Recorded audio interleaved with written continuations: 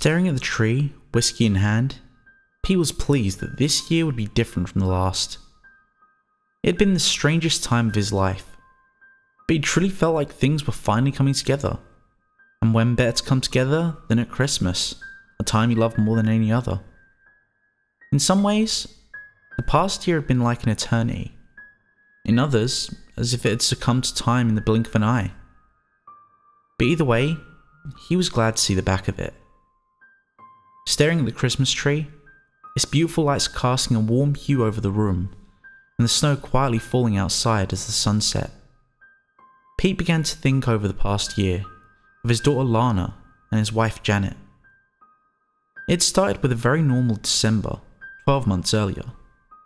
The small town in which they lived was covered in a thick layer of snow.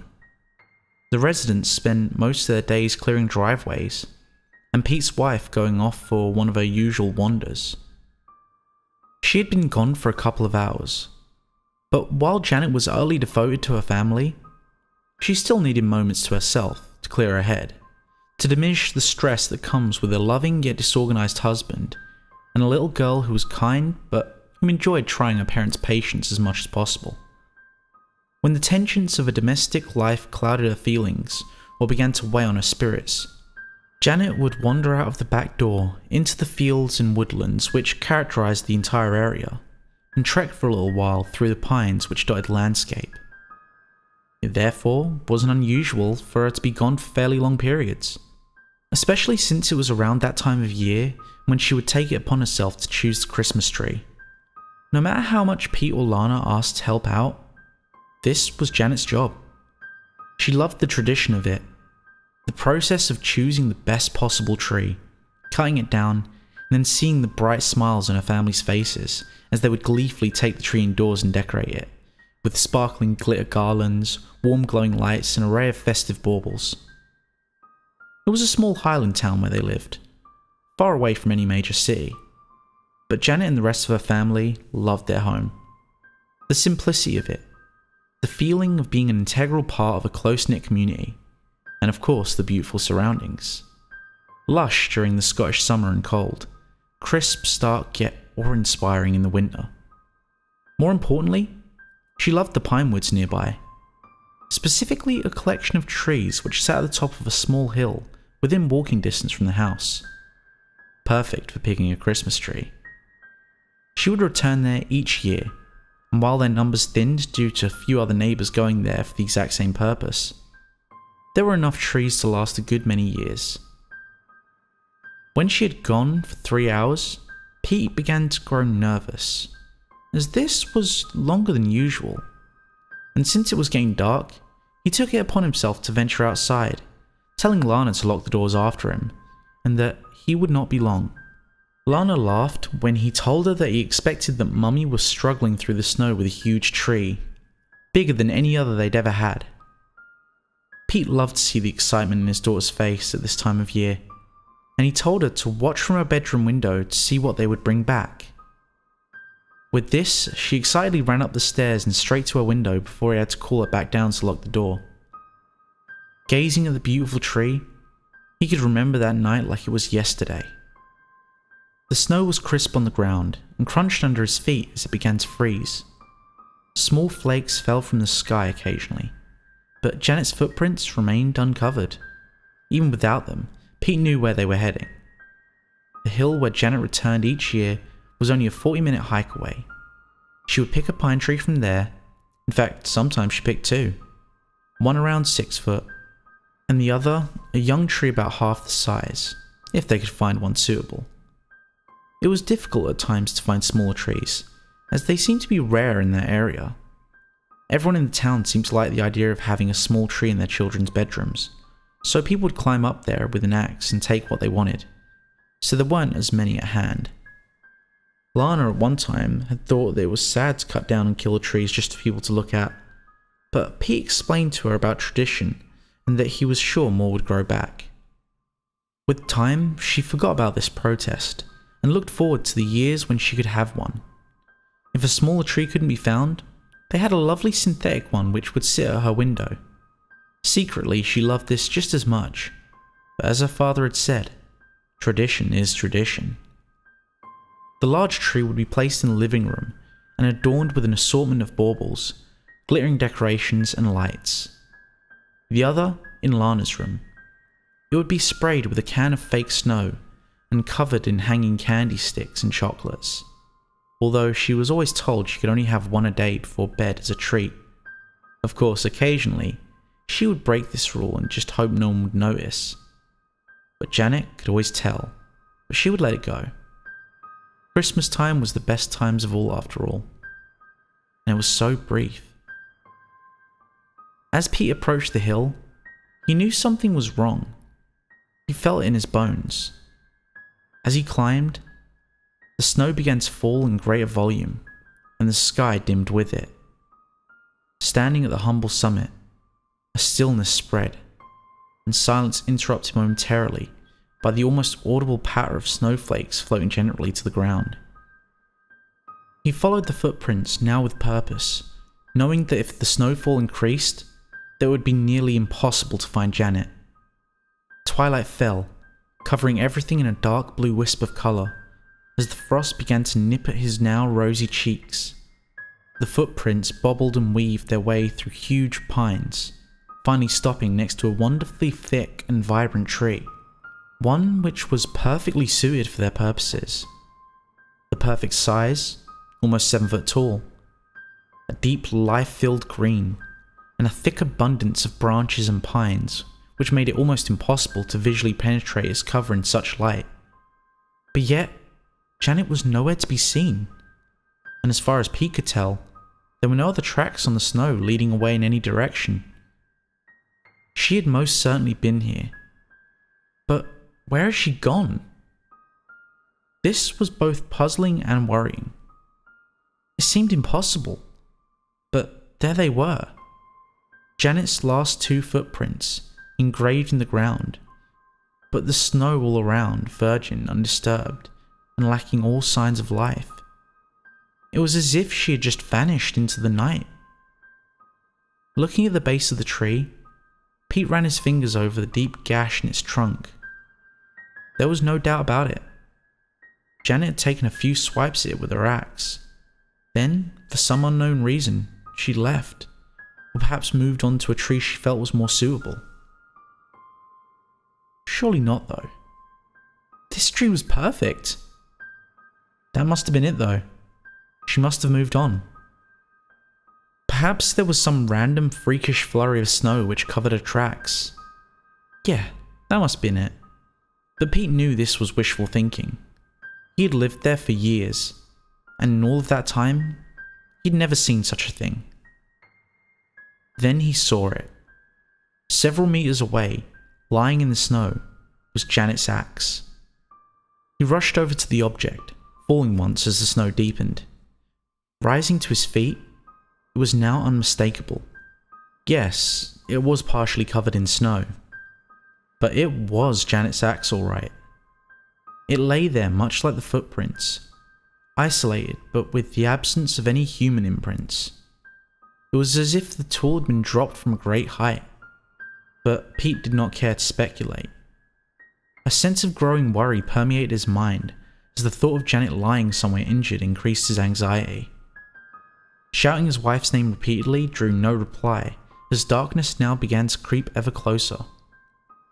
If she was hurt, he would have to raise the alarm and get the town out looking for her, along with mountain rescue. She wouldn't survive long in the snow, in that biting cold. At this thought, the panic grew. Worry, fear, hurt that can only be felt through love. With torch in hand, he continued in the direction the axe had taken him.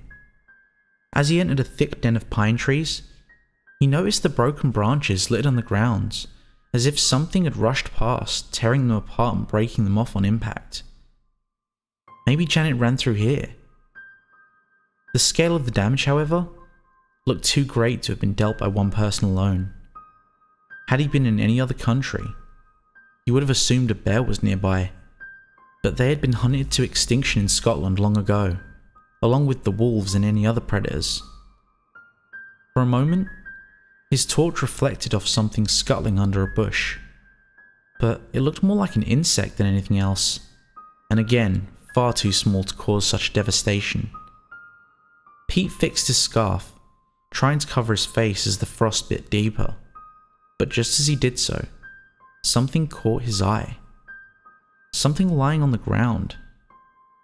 Shining his torch on what at first he thought was a dead animal, was the crumpled body of Janet, lying still on the ground. A heart attack, they said. A heart attack! But Pete had seen her face. He had looked upon those eyes, once so filled with kindness, transfixed in a frozen stare. Cold, glassy, black with fear. Her hands were clenched in front of her, and the pathologist told him that this was perfectly normal for one suffering such a massive heart attack in low temperatures, as was the contorted look on her face. Although, at the mention of this, Pete saw a flicker in the pathologist's eyes which gave away that he was as puzzled by this as anyone. A look Pete would never forget. Darling Janet, the love of his life, the mother of his children, dying alone in the cold, with lips pulled back over teeth in agony, frozen into an inhuman sneer. The whole ordeal devastated him. If it hadn't been for their daughter Lana, for the necessity of her needs to be met before his own, Pete would have found it impossible to have gotten through it. The 12 months that have passed had been cluttered with reminders of an aching loss. As with any bereavement, the first time doing something once shared without that person made the pain more acute. The first Christmas, the first day at work, the first walk to school, the first family get-together. Every person's face, etched in concern, accompanied by the usual well-meaning but empty traditions of, "How are you holding up?" It must have been so difficult. And if there's anything I can do. Helping his daughter through the loss of a mother was all that he had to make sure he could face another day. But that stopped now. They had been through the horror, through the denial, through the silent meals, and through the lonely cries of despair at night, through the birthdays empty and somber. They had been through it all. All of these firsts were over. It had been over 12 months since Janet's death, and Pete felt almost exhilarated by all this. He still missed her every day, and the pain would never truly leave him. But the feeling of accomplishment, of strength, something which he thought deserted him, that he had endured, filled him for the first time with thoughts of the future. Thoughts that life does indeed go on, even when our dearest had gone before us. And what of his beautiful daughter? Dear, kind Lana. He may have felt compelled to bring her through the past year, but her empathy and strength had left him in awe. Characteristics which someone so young had no right to possess, but which were thankfully present nonetheless. When she had cried, he had been there, and on more than one occasion, when he lay sobbing, staring at that empty void of space in his double bed at night, Lana would waken and climb in beside him, and they would both cry together until they fell asleep. She was his rock, and by God she was going to have the best Christmas she'd ever had. Pete had made a number of arrangements. He had spent a fortune on every gift imaginable. He had filled the house with every food and treat that she enjoyed. And both Janet's parents and his own were flying in for Christmas dinner to be there with their brave, sweet little granddaughter. He'd also organised for Lana's friends to have a sleepover on Boxing Day, which she had pleaded for, but Pete always knew he would eventually give in. She never asked for much, but this year, this Christmas, she would have more than she could imagine. The house was perfect, but there was one thing left to do. One thing that Pete had dreamt of since the night he found Janet's body. She had chosen that tree. It was going to be sitting in their living room, adorned with all manner of decorations. That was its purpose, its very reason for being. Janet never finished cutting the damn thing down. It was in many ways her dying act, and Pete was going to make sure that it was fulfilled. On the anniversary of her death, he wandered through the snow, winding his way through the pines until he stood at the foot of that ominous little hill. The sun shone brightly, and it wasn't as cold as it had been the night Janet died. But each footstep was accompanied by a sickness in the pit of Pete's stomach, each stride a morbid reminder of the previous year, and that terrible heartbreak in the snow. Marching to its peak, he first walked to and observed the scene of Janet's untimely death. Standing there where her body had laid, Pete wiped the tears from his eyes and placed a small Santa figurine on the ground, burying it in the snow.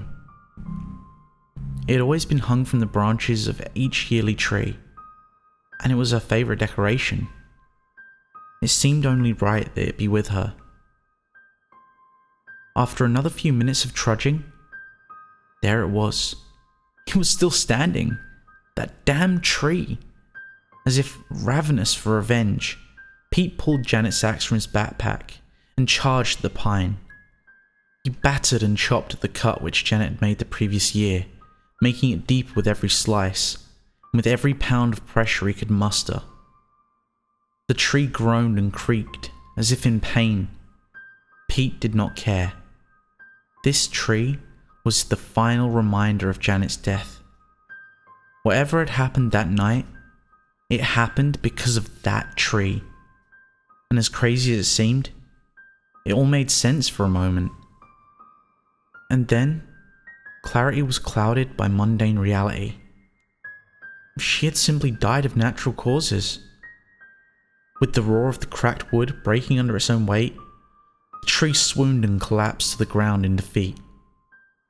Tying a rope around its trunk, and then using string to fold its branches inward, Pete dragged that memory, that cold-hearted pillar of nature's brutality through the snow, over grass and gravel, and finally, to his back door. He was victorious. With little thought for carpet or furniture, he dragged it up the stairs into the house and placed it in front of the window in the living room, wedging it upright onto an old wooden stump they had used as a stand every year. Breathless and covered in sweat, he stood back looking at the tree standing tall over all it surveyed. "You picked a good one, love. You picked a good one." He held back the tears and waited for Lana to return home from her friends. Pete put an old Christmas film on the television as they both decorated the tree together, singing, laughing and being a family. There were moments, fleeting glances when they caught one another's stare, a glance which showed pain buried deep down inside, one which said, "I miss her too." But it was Christmas, and the moments of grief passed, buffered by longer, caring periods of happiness. Contentment caressed smiles from ear to ear, and festive spirit once more filled that home, which had for too long been host to loss and anguish. As night began to fall, after Lana went to bed, earlier than usual because the excitement had worn her out, Pete decided to reward himself for the day's efforts. The lights were dimmed, and after pouring himself a large whiskey, he sat on the living room couch and stared at the tree. Draped in tinsel garlands and adorned with bright white Christmas lights, it really was a sight to behold. The best tree they'd ever had. "Here's to you, gorgeous," Pete said, lifting his drink to the sky in a symbolic gesture. Staring at the Christmas tree, its beautiful lights casting a warm hue over the room, and the snow quietly falling outside as the sun set. Pete began to think of the past year, of his daughter Lana, and his wife, Janet. Time passed slowly as he thought of all things gone, and how they had led to this moment through pain and suffering. But now, hopefully onwards to the future, and one filled with at least the briefest possibility of joy. The glow from the tree reflected off the window, but it penetrated far enough to illuminate the now thick blur of snow falling to the ground silently outside. The room remained dark, but the lights bathed everything subtly in a warm Yuletide radiance, which when accompanied by the orange lambency of the fire only served to cultivate the anticipation for Christmas even more so. For the first time in a year, Pete was happy. Something bothered him though. There was a slight apprehension or annoyance in the back of his mind. Something that was spoiling the display. Sipping at his whiskey, casting a glance at the entire room, he finally saw what the problem was. Two of the Christmas tree lights were occasionally flickering. Not constantly, but often enough to be noticeable. And more importantly, aggravating. Downing the rest of his drink, Pete rose to his feet, now feeling the aches in his muscles from the effort exerted while dragging that thing all the way home from the hill. Walking over to the tree, the lights were indeed flickering. But there was something unusual about them. They seemed deeper than the rest, as if coming from around the trunk rather than resting on the branches. Again, Pete was struck by how dark the interior of the tree was, that even in the presence of many lights placed upon it, he could not peer or adequately see between the branches. Even the two lights which sat deeper behind the pines did not seem to illuminate their surroundings in any way. The empty glass slipped from his fingers, smashing on the floor. The lights were fine. They were not flickering at all. But the occasional blinking of two eyes among the branches had been enough to catch his attention. He froze to the spot, and it was as if the room grew somehow darker. Something stirred between the pines, between the knotted wood and the scratched porous surface. Something lived there. A feeling of utter paralysis now took hold, his feet firmly glued to the ground as the two eyes slowly pushed forward. Creaking and cracking, a face revealed itself from between the pine-covered branches, as if seeping out from its innermost visceral point. Mold-covered, ancient, and its features twisted in rage. Fear began to course through Pete's veins. His heart beat faster and faster as the face moved closer, its eyes devoid of pupils, now swamped in a maddening yellow, and from below, the protrusion of two thin, moss-covered legs arching out between the branches. With a creak and a snap, it straightened itself, now standing in all of its terrible glory in front of the tree. It was now pitch black outside, and it would have been clear to Pete that this animal, this creature, was of a nocturnal nature. But in its stare, he found himself helpless. His heart skipped. First, it was a palpitation, and then he could feel a searing pain in his left arm. He clutched his chest, but his feet remained adhered to the ground, and it was impossible to look away from those yellow, unmarked eyes. Its gaze came closer still, and in the pain which it brought, Pete knew he was going to die. To be found like Janet, cold, face contorted, and the second victim of that which lived among the pines on that hill.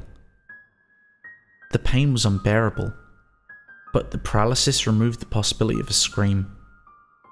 What little light there was from the fireplace now illuminated its head, elongated on one side and pulsating on the other, its face dominated by a large dark hole which appeared in place of a mouth or a nose, one which no light could penetrate. As its boil-ridden head stooped to meet his own, and the hole in its face almost touched his mouth, an involuntary sneer pulled Pete's lips up to reveal his teeth, as his face contorted into an entirely unnatural position. Then, that one word, a word so powerful, so pure, that even the most evil of intentions could be dispelled by it. Daddy? With the snap of wood, the gargoyle-like creature turned its wide yellow gaze to Lana, standing at the bottom of the stairs in her pajamas. Her scream echoed out into the night, arms outstretched. Its odd number's fingers moved with a stutter as its moss-covered legs groaned, carrying it forward in a peculiar, unbalanced motion towards her. Now, Lana was paralyzed by its stare, and with each step closer, her face contorted more fiercely, and the pain in her chest brought her to the point of unconsciousness. As intense as its ancient gaze was, it was focused. So focused that it didn't notice Pete clawing his way across the floor towards the kitchen. The wooden creature's unsure movements made it appear more like a puppet than a thing of autonomous purpose. And as it reached Lana, it cupped her face in its uneven hands and stared wide-eyed and pupilless into her face. Tears streamed down her cheeks. The sound of feet running filled the air. As it twisted to investigate, a loud crack was heard as Pete ran up onto the couch, jumped high into the air, bringing Janet's axe down deep into its spine.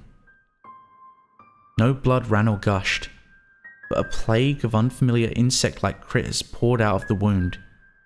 Instead of a howl of pain, the creature emitted a crescendo of strange squeals and clicks before throwing Pete to the ground and smashing through the back door. Lana's father gave chase, but it was impossible, as the wooden creation moved at an unimaginable pace, gliding on the ground with each stride, leaving no footprints in the snow. After a visit to the nearest hospital, both Lana and her father were given a clean bill of health, but they never returned to that house, filled with memories of the good times, the happy times of a mother, a wife, a kind soul, of birthdays and weddings, and of course, of Christmas time. Pete didn't know what that creature was, whether it was alive or dead, or something else entirely inconceivable to the human mind. But he made a solemn promise to himself that from that moment on, never again would he cut down another tree, decorate it, and take enjoyment in its appearance as it died. Because no matter how pretty they are, no matter how much warmth they may give, no matter how much they might make people think of Christmas, you just don't know what may be living inside. Thank you for listening to the end. If you enjoyed today's video, don't forget to click that like button, and if you haven't already, make sure to subscribe and tap the bell icon to make sure you never miss a story.